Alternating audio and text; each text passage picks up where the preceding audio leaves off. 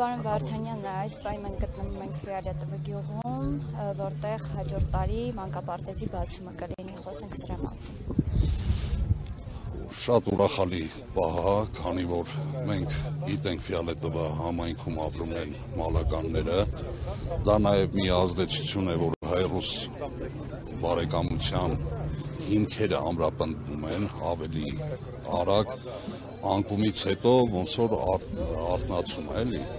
Մենք գտնվում ենք այստեղ հանուն այդ նպատակի, որովհետև մենք դարավոր բարեկամներ ենք և մնալու ենք դարավոր բարեկամներ։ Ինչպես գիտեք, համահայկական ճակատշարժումը գործում է Ռուսաստանում, հիմնադիրը գեներալ-մայոր Արշակ Կարապետյանն է, նախկին պաշտպանության նախարար, նույն անվանմամբ կուսակցությունը գործում է Հայաստանում, որի ղեկավարը ես եմ։ Մենք հիմնականում քայլում ենք այն ճանապարհով, որը որ դա մեզ արմատական տված է։ Մենք պետք է լինենք միասնական, մեր բոլոր հարցերը պետք է լուծենք իրար հետ, ոնց որ դարերով ենք լուծել, և ավելի արդար, ավելի պարզ ու հասարակ։ Պարոն Վարդանյան, խոսենք նաև եկեղեցու դեմ արշավի մասին, Նիկոլ Փաշինյանը սկզբից սկսեց և ՔՊԱ-ականները շարունակեցին այդ պատարշավը։ Ես չեմ ուզում իրանց հիմար ավանդույթները մի քիչ շատ անդրադառնամ դրանց։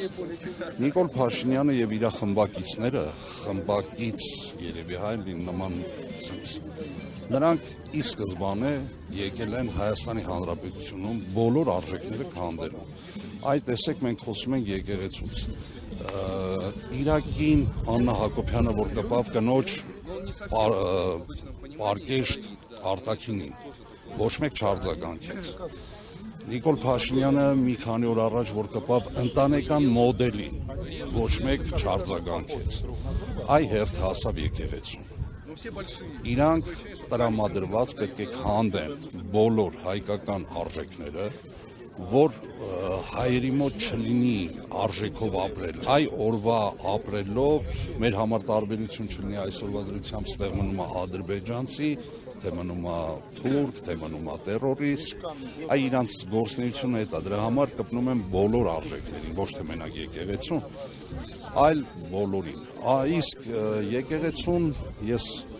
կհորդորեի բոլոր եկեղեցականներին նույն կերպ վարվեին, նույն պահանջով հրաժարականի վարվեին Նիկոլ Փաշինյանի հանդեպ, որովհետև դա